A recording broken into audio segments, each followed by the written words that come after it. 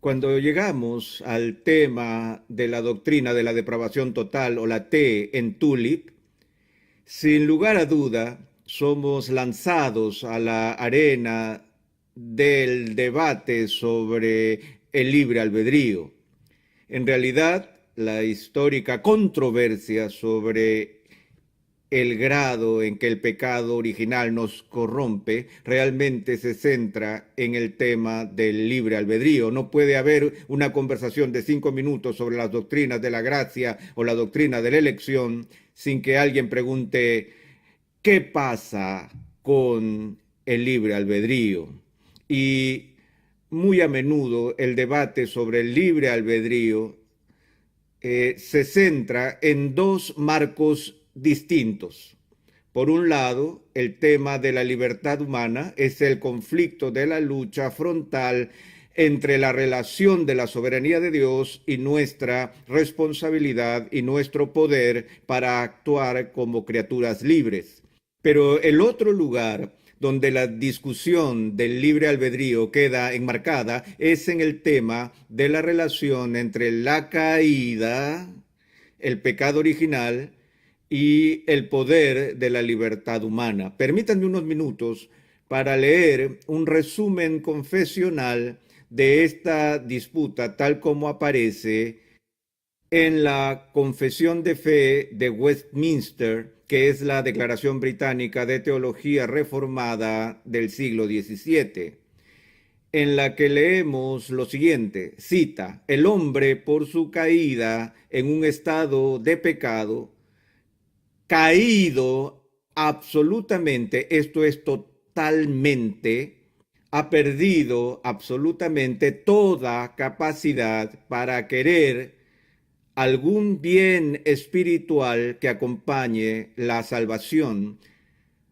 Así que como un hombre natural, siendo enteramente opuesto a ese bien y muerto en pecado, no es capaz por su propia fuerza de convertirse a sí mismo o prepararse por sí mismo para ello. Ahora, lo que está diciendo esta confesión es apuntar al carácter radical de esta doctrina, que afirma que la libertad del hombre en un área determinada se ha perdido por completo o totalmente por la caída, No es que el hombre ha perdido por completo su poder de elegir o de tomar decisiones, pero su poder moral para hacer ciertas cosas se ha perdido por completo. Y esa cierta cosa que se resalta aquí es que el hombre ha perdido la capacidad de convertirse a sí mismo o de desear por sí mismo algún bien espiritual. Ahora aquí está el punto crucial en el tema de la doctrina de la depravación total. Se traduce en la doctrina de lo que se llama incapacidad moral. Quiero tomar unos minutos para explicar este concepto y de nuevo podemos regresar al punto de vista de Agustín de la corrupción heredada. Pelagio no estuvo de acuerdo con esto y dijo que la caída de Adán afectó solo a Adán, que no hay consecuencias para las generaciones futuras y la semilla del pecado de Adán es solo por imitación y no a causa de alguna transferencia o transmisión de la condición humana caída. Ahora, después de que Pelagio fue condenado por la Iglesia, surgió una posición moderada que se llamó semipelagianismo, que enseñaba que sí hubo una caída, que el hombre, toda la raza humana, la humanidad había sido afectada por el pecado de Adán y que todos nacemos con una naturaleza corrupta, pero esa naturaleza corrupta deja lo que voy a llamar una especie por la cual aún queda un vestigio restante de la justicia original, que a pesar de que esta persona necesita ayuda de la gracia divina para ser salvo y poder ser hecho santo, pero aún sigue habiendo un poder dentro de la voluntad de la criatura que puede cooperar con la gracia de Dios o rechazar la gracia de Dios. Así que en el análisis final, la razón por la cual algunas personas vienen a Cristo y otras no, por la que algunos serán redimidos y otros se perderán, está basada en última instancia en la decisión humana y en ese poder que permanece en la voluntad después de la caída. Ahora, Pelagio dijo que una persona puede vivir una vida perfecta sin la gracia. Y dijo que la gracia facilita la redención, pero no es necesaria. Las personas pueden ser perfectas y de hecho Pelagio argumentó que algunos ya habían alcanzado la perfección sin la ayuda de Dios. Los semipelagianos difieren de Pelagio en este punto diciendo, no, la gracia es absolutamente necesaria. Es una condición previa para que alguien sea redimido. Usted no puede salvarse sin la gracia. Sin embargo, la gracia no está sola. Es la gracia y algo más. La gracia más los esfuerzos de la voluntad humana en la fuerza que permanece intacta después de la caída.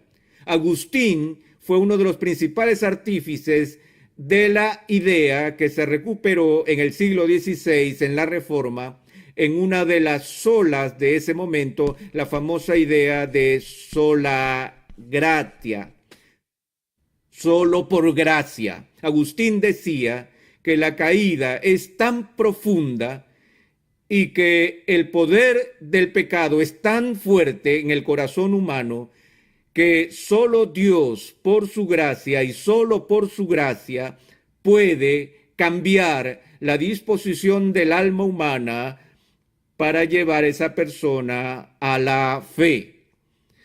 Así que el tema aquí es si el hombre caído tiene la capacidad intacta, el poder moral intacto para inclinarse a sí mismo o abrazar en su propia fuerza las ofertas de ayuda y asistencia que nos llegan de Dios. O es necesario que Dios haga el trabajo inicial de la recreación en el alma antes que la persona caída tenga el poder moral de decir sí al Evangelio. Así que de lo que estamos hablando acá es lo que se llama la iniciativa divina. Agustín diría esto, que antes de que una persona venga a Cristo, Dios obra de manera unilateral, monergista, independiente y soberana, cambiando el alma del pecador, rescatando al pecador de la prisión de la esclavitud moral, por la cual, por naturaleza, él está muerto en sus delitos y pecados, y en ese estado de muerte espiritual es moralmente incapaz de levantarse a sí mismo. Por lo que Dios tiene que venir y respirar nueva vida espiritual y poder en el alma de esa persona. Y usando el lenguaje de Pablo para sacarlo de un estado de muerte espiritual y producir fe en el corazón de la persona antes que esa persona tenga el poder de venir a Cristo. Ahora bien, esas personas vienen a Cristo y eligen a Cristo, vienen voluntariamente y con alegría y todo lo demás, pero no antes o hasta que Dios haga su obra por gracia soberana en llevar a esa persona de la muerte espiritual a la vida espiritual. A eso lo llamamos renacer monergista o regeneración monergista. que significa que es obra de Dios únicamente y nada hay que pueda hacer para ganarlo, para merecerlo, para lograrlo o para provocarlo. Tengo que dejar este caso, en última instancia, en la gracia de Dios y en la gracia de Dios solamente. Ahora, uno de los textos bíblicos importantes que habla de estos se encuentra en el Evangelio de Juan, en el que Jesús hace una asombrosa declaración. Él dice en el verso 63, el Espíritu es el que da la vida, la carne nada aprovecha. Las palabras que yo os he hablado son espíritu y son vida, pero hay algunos de vosotros que no creen, porque Jesús sabía desde el principio quiénes eran los que no creían y quién le había de entregar. Y dijo, por eso os he dicho que ninguno puede venir a mí si no le fuere dado por el Padre. Ahora recordamos la conversación anterior de Jesús con Nicodemo, el que vino de noche. Jesús habló de la necesidad que tiene una persona de nacer de nuevo. Antes que pudiera siquiera ver el reino de Dios, sin mencionar entrar en el reino de Dios, y en esa discusión con Nicodemo, Jesús le dijo, lo que es nacido de la carne, carne es. Y lo que es nacido del Espíritu, Espíritu es. Y así como Jesús hace este fuerte contraste entre la carne y el Espíritu, asimismo el apóstol Pablo hace lo mismo cuando habla de la metáfora de la batalla que se lleva a cabo entre la carne y el Espíritu en la persona que ha sido convertida. Incluso cuando uno ha nacido del Espíritu, la carne no está completamente aniquilada y esta lucha está en curso. Pero hasta que el Espíritu Santo cambie tu vida, todo lo que eres es carne. Esto es lo que Jesús le dice a Nicodemo.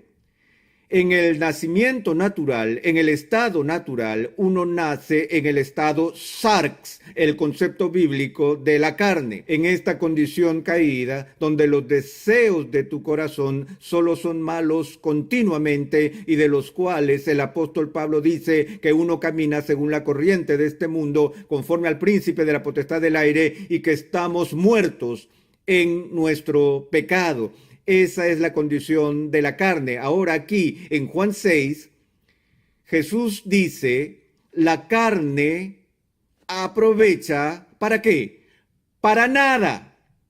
En su discusión con Erasmo de Rotterdam, Lutero, quizás en su obra más famosa, La esclavitud de la voluntad, elaboró su exposición de este texto bíblico y se mantuvo opuesto a Erasmo por hacer que la carne hiciera algo en el proceso de salvación. No solo eso es importante, sino que es fundamental y no solo se beneficia de algo, sino que se beneficia de todo, ya que si en el análisis final nos basamos en este poder moral innato dentro de nosotros que no es tocado o encarcelado por la caída y que el poder de la carne aquí es inclinarnos al bien espiritual y uno ejerce la inclinación adecuada, lo que nos daría es la vida eterna.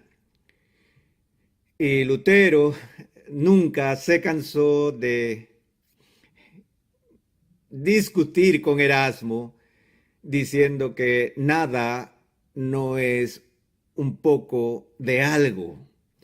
Y dijo que Jesús fue serio cuando dijo la carne para nada, nada aprovecha. Luego él va a hacer esta declaración. Ninguno puede venir a mí si no le fuere dado del Padre. Ahora, este texto es muy importante ya que inicia con la declaración ninguno.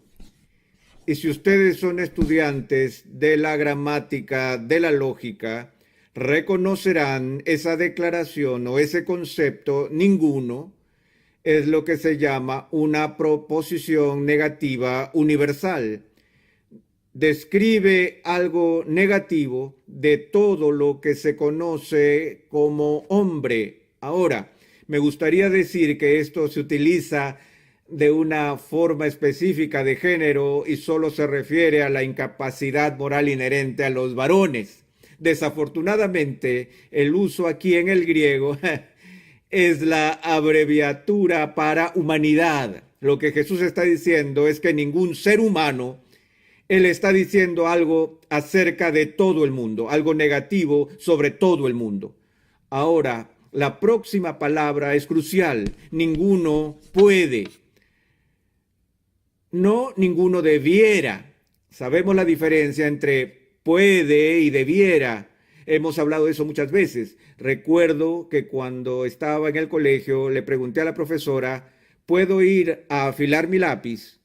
Y ella dijo, yo estoy segura de que puede, pero usted quiere decir si debes ir a afilar el lápiz. Y descubrí lo que esa maestra quería decir. De hecho, ella tenía ubicuidad y todo el mundo que he conocido ha tenido el mismo tipo de maestro en algún momento de sus vidas, ¿no es así? Es ese maestro que dice, estoy seguro que usted puede. La pregunta es, debe. No estamos hablando aquí de permiso, pero la palabra puede describe capacidad o poder, potestad. Y lo que Jesús está diciendo aquí es que ningún ser humano tiene el poder o la capacidad de hacer algo. Ahora, estas son palabras fuertes viniendo de los labios de nuestro Señor. No se trata de Agustín o Calvino o Lutero. Este es el mismo Cristo que dice algo acerca de la capacidad del hombre. Y él dice que ninguno es capaz, ninguno tiene el poder para hacer qué, para venir a mí. Así que hay una falta de capacidad inherente de algún tipo en los seres humanos para venir a Jesús de algún modo. Ahora, obviamente, cuando él dice ven a mí, no está hablando de algo espacial o geográfico. Obviamente ninguno de nosotros tiene la capacidad de ir a él en su presencia terrenal en Palestina, porque él ya no está allí. Y él no estaba diciendo que ningún hombre podía venir y averiguar dónde él vivía. El venir a mí es la forma en la que él llama a la gente a que se acerquen en fe para su salvación. No creo que haya algún erudito bíblico que ponga en duda que eso es lo que Jesús está diciendo aquí con respecto a venir a Él. Nadie puede venir a Él a menos que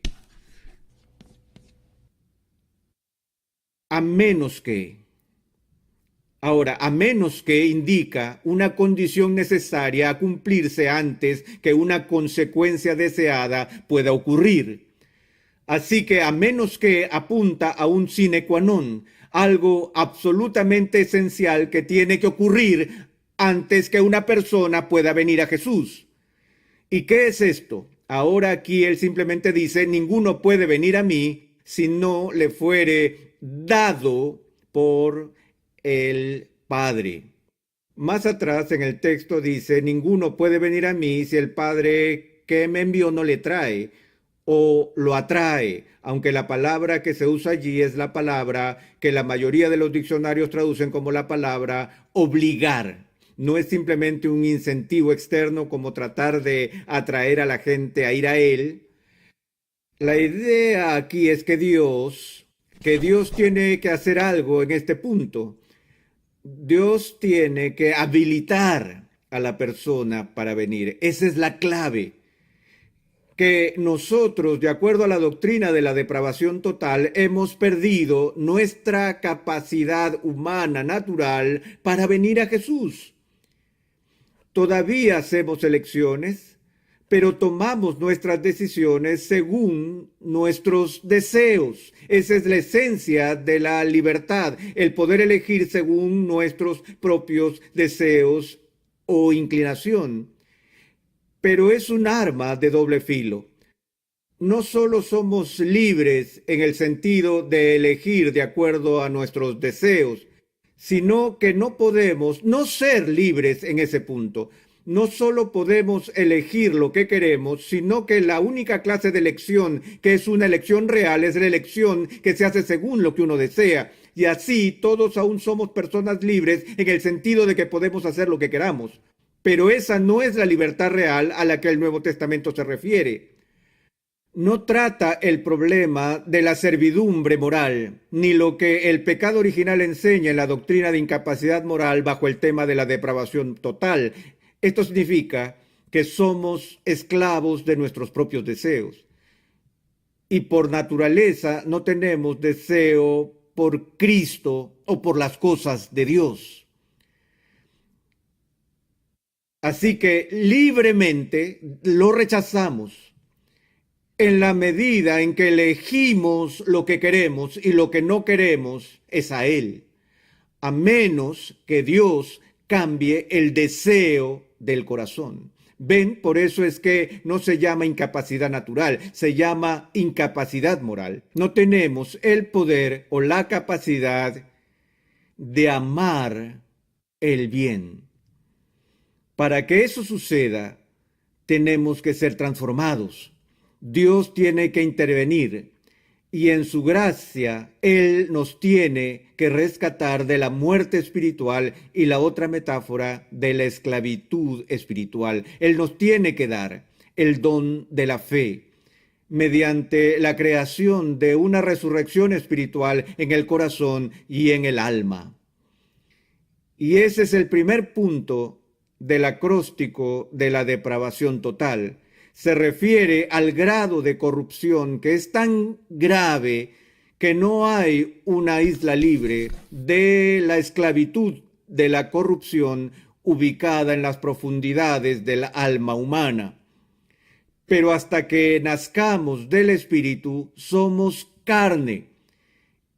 Y la única manera de que podemos llegar a la fe es si Dios, en su gracia y solo en su gracia, nos libra haciendo que nazcamos por segunda vez por el poder creador del Espíritu Santo.